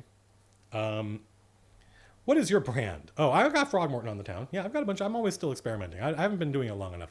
Do I have a favorite musical? Yeah, absolutely I do. Yes. 1776 is almost certainly my favorite musical, although Sunday in the Park with George is the best I've seen. And I think kind of the end, at least until Hamilton. I think Sunday in the Park with George is kind of the end of musicals. And everything that came after that, I was like, and I thought it was less. And, I thought Les Mis kind of killed it for a long, long time. But certainly Hamilton is as good as anything I've seen. The Gus Bag. What was the question? So the comic, the Vox Machina comic. So this is a question I get all the time, so it's a good thing to talk about it. I suggested that the comic be, let's pick the earliest awesome moment in the stream and start there. Because it would be a great onboarding thing, right? You could, taking that moment in the stream, which might be hard to watch for some people because it's not concentrated storytelling, or even concentrated D&D. It's kind of a mishmash of all sorts of stuff. Make a comic out of it, super engaging. And Matt Mercer was like, well, but the thing is, it's not that I mean, he might have thought that was a bad idea, but he said, the thing is, we had all this time, like a year and a half we played, that we didn't stream. And people want to know what happened then, and we want to show them. And I'm like, okay, if you want to do that, that's fine. Then let me rewind the clock to before you guys ever even started playing. And tell the story of how the characters met. Because, as is typical, they got together at Matt's house at a table and they just assumed we all knew each other. And I pitched him a story. I said, the story of the curse, I called it Stillborn in Stillben, because the town that happens in is Stillben. And the curse on the town causes babies to be born Stillben. But there's also a pun there because half-elves, I decided, and it made it into I pitched and it made it into the campaign book. Half-elves are called Othlier, which is Elven for ill-born. So there's stillborn, ill-born, and also stillborn and stillben is like Ilmet and Lankmar, which is, I think, very stylistically what the comic's about.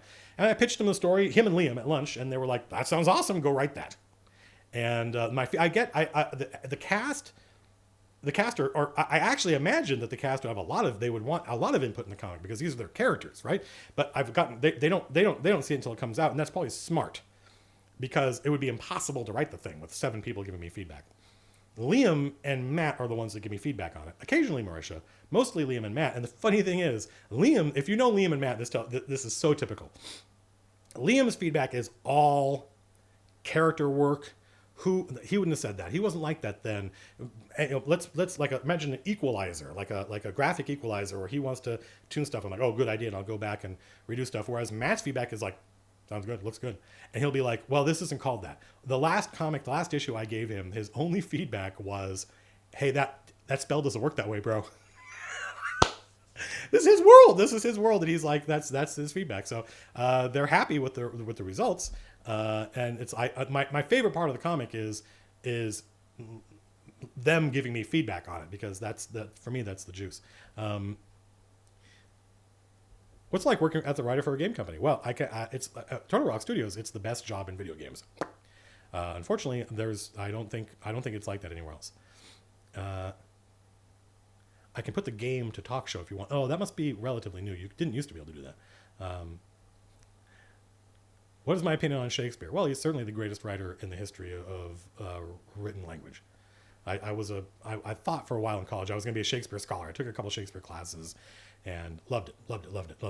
What was something you wish you said on the 5e roundtable? I don't know. There's a lot of stuff like Adam was kind of running it, and he had to kind of just go in a cycle. And I think he was just, it wasn't, I think any two of those people in that roundtable could have. The thing about the 5e roundtable is people don't know this about me, but I was a designer for 20 years before I was a writer. I was a professional game designer from 1997 to, well, maybe not 20, less than that, but 10 or 15 years. I was a professional game designer, and so people think of me as a YouTuber and a writer. That's fine. I'm astonished that people think of me at all, but in the back of my head, I'm a writer designer. I was a game designer for years. I think any of those two people could have had a conversation that would have been super interesting. And I think Adam and I are probably going to do a stream with just him and me talking about stuff. Adam Cole, I don't know the guy hardly at all. I've met him once, and we were on that round table together, but he's super cool. I like him a lot. I think he's come up from a 90s RPG standpoint, which is more about storytelling and the goal of the game to be tell stories. But to me, the goal of the game is to roll dice and kill stuff.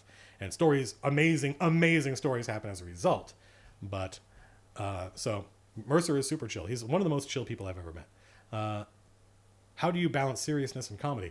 I reward the things I like. If players are being funny in a way that I think is in character and adds to the table, then I laugh and I celebrate that. But if they're doing it in a way that I think is disruptive, then I either ignore them or I frown. There's lots of social cues to just reward people for doing the things that you like them doing.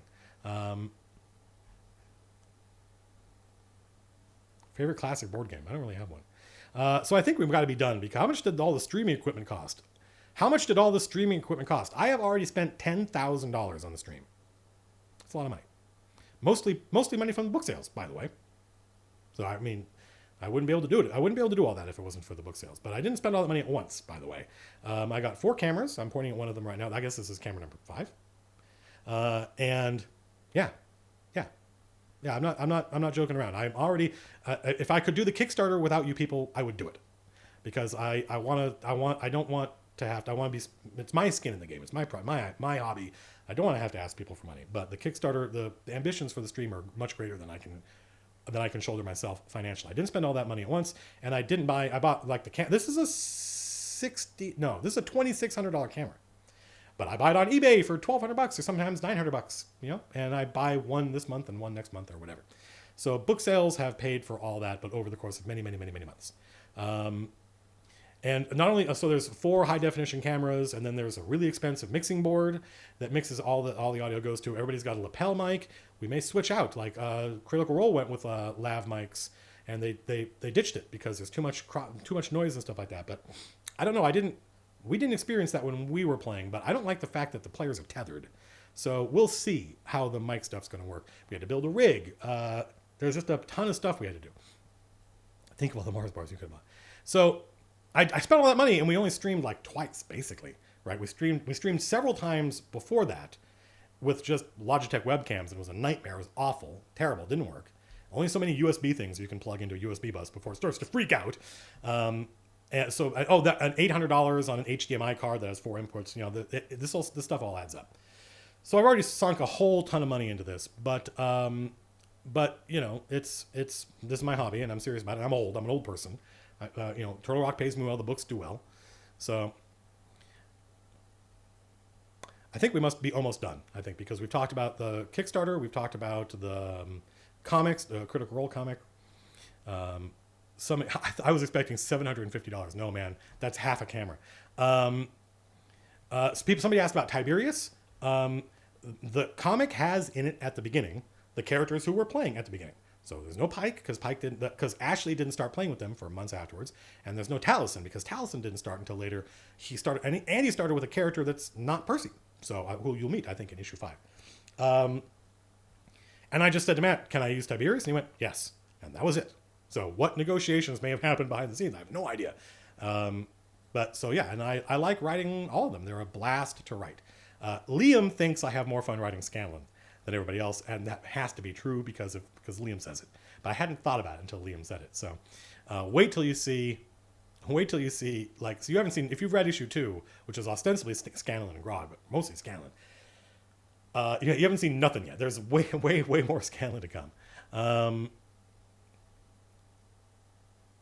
How do you balance this hobby of mine with my day job? I don't have a family. That's how you do it. You can have a family, a job, and a hobby. Pick 2. And the fact that my friends at work are they love that I do this stuff, like as far as I can tell, and they've encouraged me to do it. They play in my game, and none of the stuff I do interferes. I'm not making video game stuff, so there's no conflict of interest as far as I know. I was already a self-published author when they hired me, and they thought that was super cool. Like, one of the owners wanted a signed copy of the book. He goes, "I've never known an author before," and I'm like, "But this isn't really. I just did like." I don't have a publishing contract. He goes, that from his point of view, it didn't matter. I think from his point of view, it was cooler because he's a very DIY kind of guy. What are 3 things you would change in a 6th edition of D&D? That's a good question, Pseudo Swag. Man, I don't know. I would change how magic items are distributed. I think. I'd have to talk to Mike about why, pardon me, about why they did. I should probably have gotten something to drink. Why they did it the way they do. I think that you should get a +1 sword at 3rd level. They think you should get one between 5th and 7th level, and that to me is like insane. I would certainly change how monsters work and make them more like 4th edition. Because I love the fact that there's 8 different... I don't have to go buy Volo's Guide to get 8 different types of goblins. Or let's say 4 different types, right? I like the idea that there's goblin skirmishers and goblin shamans, and they all have different abilities. I don't like the fact that the way they made monsters cool, like how do we make a cool version of this monster, is they gave them spells. Spells is a pain in the butt. It's a pain in the butt for DMs to manage. Let the player... It's fine for a player. One player to manage wizard spells. I've got to manage all sorts of stuff behind the screen. And all of a sudden, I'm going to go look up how all these spells work. No, I don't like that stuff. So that's 2 things I would change. Not sure what the 3rd one is. I would build stuff in it like Stronghold rules. I would have there be something to do besides adventuring, and there isn't really. So, first time making your stream. Hello, welcome, is Stretch82. How's Ratcatcher's books? Big chunks of Fighter are written, Lord Sekrock. Unfortunately, it's going to be a while. It's going to be certainly after the Kickstarter before I can really commit to that. I cried laughing when you used gay bar as a melody. Yeah, people ask what's the most challenging part of writing a comic, and apart from having to do all the layout nonsense, which I suck at, and now we have somebody to do, yay, is trying to come up with the songs that Scanlan is going to be singing. And I was really happy when I hit upon gay bar, because that's certainly, girl, I want to take you to a gay bar. That is certainly something that Scanlan would sing. Would I do another 5e roundtable? Yeah, probably. Yeah. I mean, I might not do another one with that many people in it, just because the number one response I got was people saying, I wish they had gotten more in depth on this or that, and I just don't think you can do that with 4 people. That's all. Excuse me. How would I start a D&D campaign based around a jailbreak? Tonight there's gonna be a jailbreak. I would start it with them in jail. You say you don't have a family. Are you married? No, because if I was, then I wouldn't have said that. Let's see. Don't they touch on... I haven't seen Xanathar's. I don't think it's out yet. I'll probably do a video. The Volo's Guide video was really successful, and I enjoyed doing it, by the way. So when Xanathar's Guide comes out, we'll do another one of those where I'm just going to go through the book. It's like an unboxing video or whatever. I'm just going to go through the book and talk about what's in here and give you my impressions of that stuff. Oh, Matt, will you ever do a video on magic items? I did one on... Yeah. I mean, yeah. The monster diversity of 4E was awesome. Completely agree. They threw out the baby with the bathwater there. You know. Well, I had anxiety I started DMing way before I had anxiety pre-heretic. It's got Mecha Bob. Smeeka Bob, whatever. What about masterwork weapons in 5e? Masterwork weapons are something from 3rd edition where they're kind of between a normal weapon and a magic weapon, where masterwork weapon gives you +1 to hit, but not +1 to damage, and gives you a chance to award stuff to your players. My friend Phil is basically doing well. My friend Phil's running a great game, by the way. Amazing game, set in an incredibly low magic world where we all started at, I think, 3rd level, and like we are the party are the first people anyone in living memory, including each other, have ever known or heard of that can actually do things like cast spells and cast prayers. Like my character is a heretic, and the church is trying to kill me because the church in this world doesn't have access to spells, and I do. And so I'm like, I am the chosen one, which is a lot of fun. And so Phil uses mithril. Mithril weapons are his version of, but they're basically magic weapons. They're like a +1 weapon normal. But I thought they were going to be like masterwork weapons, so that's probably what I would do. Do I think that the sense of progression in 5e is slowed due to the lack of magic items? Well, no, I think it goes at the pace they want it to go at. And they decided that. Anyway. But are the Stronghold rules for 5th edition? Yeah, Commander Shepard, the Stronghold and Follower rules are going to be for 5th edition. They're going to make explicit reference to 5th edition character class abilities. However, I think it would be incredibly easy to mod those things for your campaign in whatever edition you're playing. Right? Like, clerics... Oh, I say blah blah channel divinity, but like even if you're playing Advanced Dungeons and Dragons, just make it about turn undead, basically the same thing. Have you thought about putting stuff on the DM's Guild? Not in the sense that you mean, because Tucker Author, the DM's Guild takes like some ridiculous percentage, like 50% or something, and I'm like, it's just not worth it. No, I'm doing all the work. Future Mrs. Colville is a lucky gal. False. Will I be a guest on Critical Role? I was. You missed it. Sorry. You only get one chance to go around. I'm looking forward to supporting Kickstarter. Oh, thank God, me too. Yeah, well, the better the Kickstarter does, Poha, the better the Kickstarter does, the more content you're going to get. That's the rule. If the Kickstarter does astronomically well, there isn't a number, by the way. I'm not being coy. If the Kickstarter does astronomically well, then you're going to see a ton of content from me. Lots of content. I've made Christmas very easy for my husband this year. Good. So I think we're done. Rocky Road or chocolate chip? Strawberry. Did you expect to have a family when you were younger? It was a big point in my life when I realized I was older than the dad in Poltergeist. Because when I was a kid, Poltergeist came out when I was like 14, I think. When I was a kid and I saw Poltergeist, I'm like, that's the family I want to have. That's the house I want to have. That's the life I'll have when I'm an adult. And I just assumed, as you do when you're a kid, that stuff's going to work out. Nope, didn't work out. And I remember when I'm like, oh my God, I'm older than that dude was then. But, you know, look, the reality is, if I was raising a family right now, we wouldn't know each other. So it's not all bad news. Let's see. How do you deflect compliments so well? This is something that came up on Twitter. The comic is doing incredibly well, as far as I can tell. I don't know sales. I know reviews, and the reviews have been astronomically good. They probably won't. I've never asked, but they're probably not going to tell me how well it's selling, because that would, if it's doing really well, that would give me power in any kind of future negotiation, and it would be bad business for them to do that. So I get that, but it's doing really, really well, and so people want to say the comic is great, and that makes me happy, but then they want to say I'm a genius, and that kind of makes me freak out a little bit. I don't. It's one of the reasons, like, I've cut back a lot on my social media engagement outside of Twitter. I'm on the subreddit a lot less. I'm not in the Discord at all anymore. I've uninstalled Discord because the whole thing started to get, from my point of view, this is a personal reaction, and I apologize to anyone if it sounds like I'm insulting you. I'm not. It started to get really culty. It started to get people just taking screenshots of my video, random pictures of them, and putting it up and like, here, let's walk around. I'm going to wear your picture around my neck kind of stuff. And I get really uncomfortable when it comes to that stuff. I want to be able to I want you to have access to me, because that's kind of my brand, is that I think of this more as a discussion and a partnership than a monologue, more of a dialogue than a monologue, even though technically it's a monologue. That's why I say we are going to get on Twitch and we are going to do this. I mean us. I'm not speaking for myself and God. So when people start praising me, I'm like, don't do that. Okay, I'm going to tell you a story that is going to tell you a lot about me, and not all good, by the way, but that's part of the brand, is just trying to be the real thing, and not the version that I would present to you if I were being more conscious. I was at work at Turtle Rock Studios, and I was retelling a story to some people of a conflict that happened between two artists at work. And I thought, and it was a big deal. And people were like, what the hell's going on? I said, let me tell you what's going on. Because I was there when the conflict happened. And I did my best to be fair and say, our artist thinks this and this artist thinks this. And there's not really, we need some leadership here. There's no way this is going to resolve.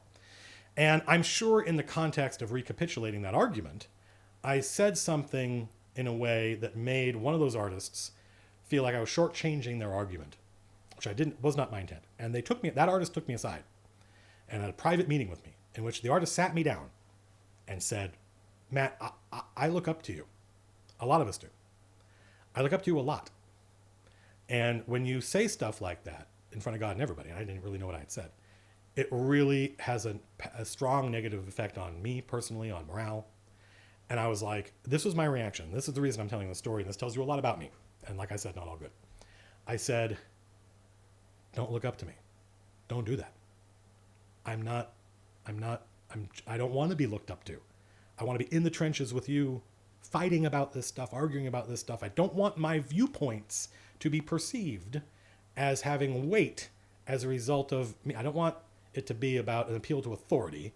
Either the ideas live or die on their own merits or not. And so it really made me, and it completely, like my whole weekend, I was like thinking about this meeting. And it was not a generous reaction on my part to say, don't look up to me. Don't do that. You've made a mistake. We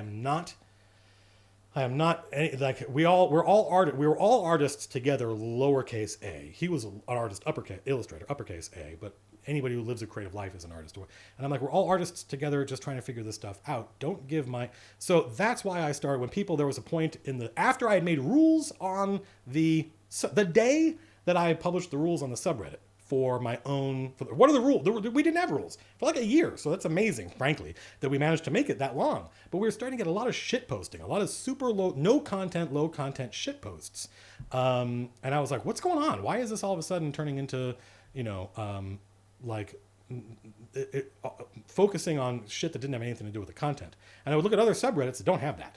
Right? It would like you go to /r/movies, which I do, and the quality of the discussion. It's not like you're talking to Martin Scorsese, but there's a lot of really good discussion, a lot of really good stuff. Imagine if half the threads were just funny screenshots from movies that made you laugh. You wouldn't go to that subreddit. I wouldn't go to that subreddit. So it was really weird that all of a sudden people were focusing on this and not the content. And like that day, someone in the Discord was like, hey, we're going to have a contest where you take the funniest screenshot you can think of from Matt's videos, just his face, and we're going to make icons about Matt's face.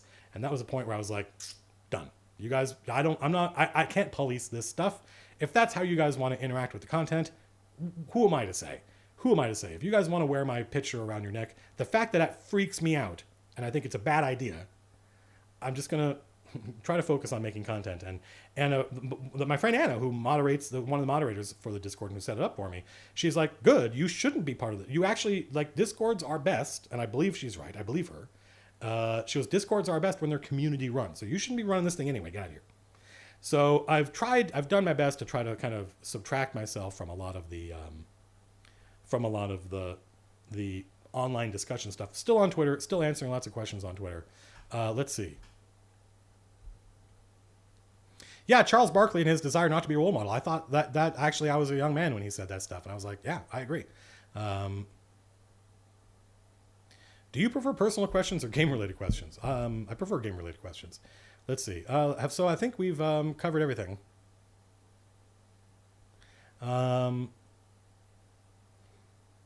Any plans for audio versions of your book? People ask me this all the time. Nah, sort of. So I think that's it. I think we're done, folks. I don't see, that's the thing. Somebody said, I always get angered when I see people posting your face on the subreddit and laughing. It's tricky because the whole go get a screen cap of one of my videos and post a picture of me in the most ridiculous. That doesn't bother me. I think that stuff's hysterical. Obviously, I think that stuff is funny because those are all my thumbnails. Like I used to go out of my way to make custom thumbnails. And then I would look at the stuff that YouTube would pick algorithmically, and it just makes me look ridiculous. And I don't mind looking ridiculous. I think it's part of the brand, frankly. And that's T.H. White, the once and future king, Archimedes, the owl. There's a great scene where, the wart says something is overly familiar, and Merlin says, don't mistake Archimedes' attitude. wisdom often plays the fool, right? So that had a big impact on me. So I don't mind. I think it's funny. I just think it got weird, right? It became this weird, like I said, this weird culty thing that I'm like, okay, you guys can have fun. I don't. New Star Wars trailer. I mean, I'm down, right? I really am really angry at those first two movies. They make me angry. They make me really angry when I think about them. And I think about what they're doing to this thing I grew up with and I think is important to our culture. I think Star Wars is important to our culture in a serious and meaningful way. And I think that Disney is going out of their way to dismantle that and destroy it. They're attacking it. These new movies are attacks on something that is our culture. And I think we should be able to have a culture. I grew up in a time when you were always supposed to be throwing everything out all the time. Whatever music you listen to, it's already out of date. By the time you found it, it's already old and obsolete. And there's going to be a new cool thing coming soon. And that I understand the appeal of that, but that means you don't get culture. Culture is that thing we hand on. It's that thing that's persistent. And you know, it's that time in the 60s, 70s, 80s where there was always a new style of music. I think that's going to be looked on as being a super, super exceptional thing.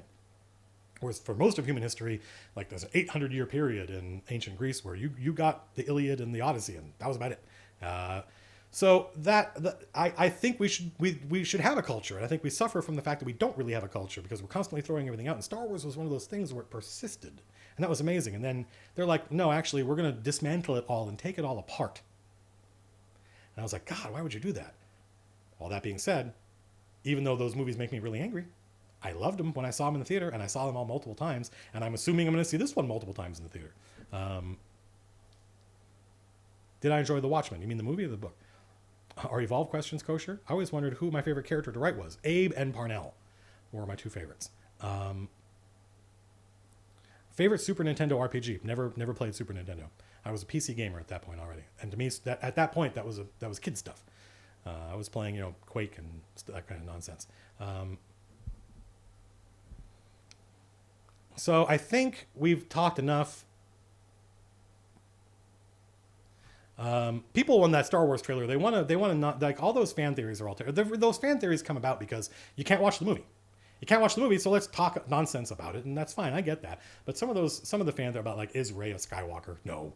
That's not, like, she's a new character.